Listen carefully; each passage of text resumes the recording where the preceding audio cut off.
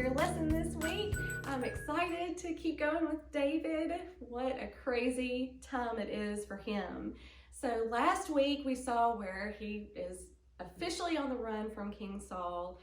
He's worried about his life even though he hasn't done anything wrong. King Saul is just really mad at David, and he thinks that David is going to try to take his kingdom away from him. But that's just not the case. So King Saul is determined to get to David and kill him. So now this week we saw where David had just escaped Saul, and this week we're going to see what happens after that. So we are going to be in 1 Samuel chapter 20, still in the Old Testament. 1 Samuel chapter 20, if you want to read along. Now, so David had got away from King Saul, and he went to find his friend Jonathan, and he told Jonathan, what is going on? Why is King Saul trying to kill me? Why is your dad trying to do this to me? I haven't done anything wrong. And Jonathan was really confused, and he said, no, the last time I talked to him about you, he said you were good. And if he had changed his mind, he would have told me. And David promised him, I'm telling you right now, your dad is wanting to kill me. These things have just happened. And Jonathan just didn't, he loved David, but he just didn't really believe him because it doesn't make sense. So David told him, oh, I get it. What's happened is he knows that we're friends. So he has told everybody to keep it from you that he wants to kill me.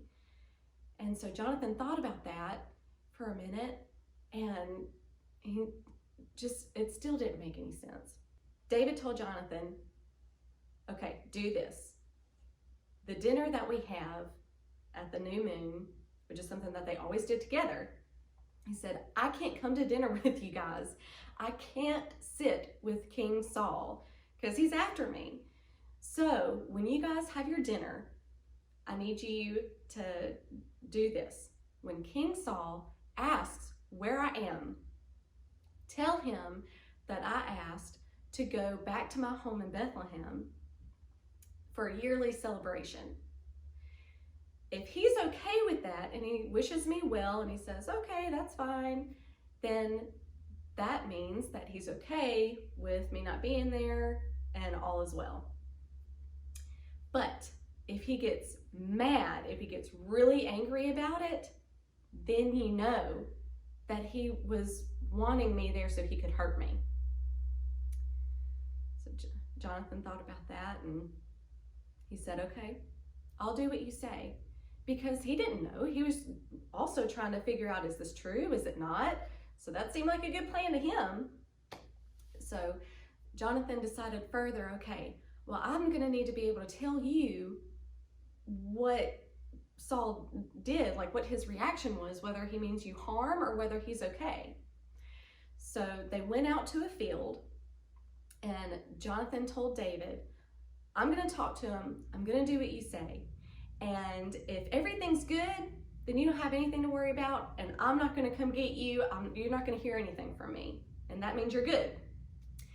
But if he does get angry and he is wanting to harm you, then I want you to hide behind this boulder over here, and I'm going to come out here and I'm going to shoot 3 arrows over your head, and that means that you have got to run and get out of here because you're in danger.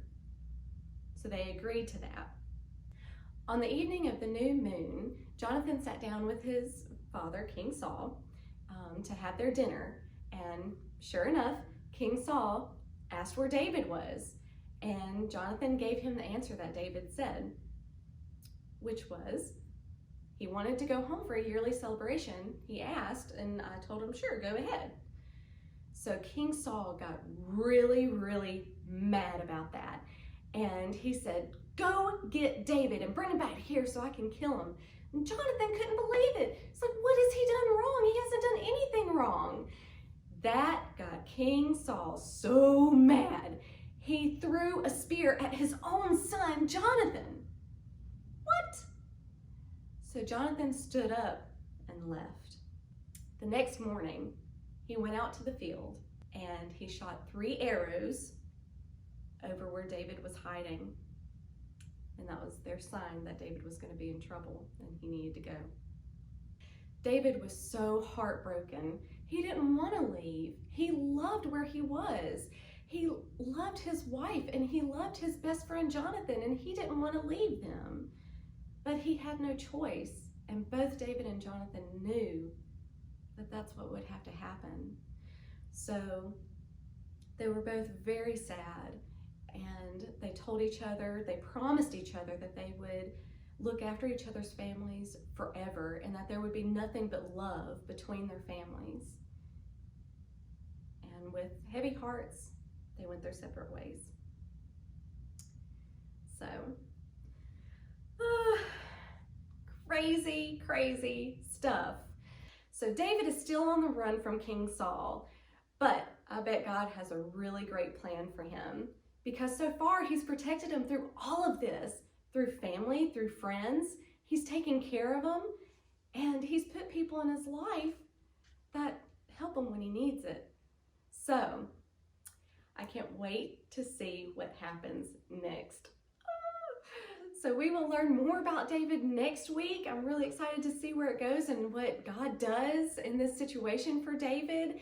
And I can't wait for you to find out either. So we will see you guys then. Bye.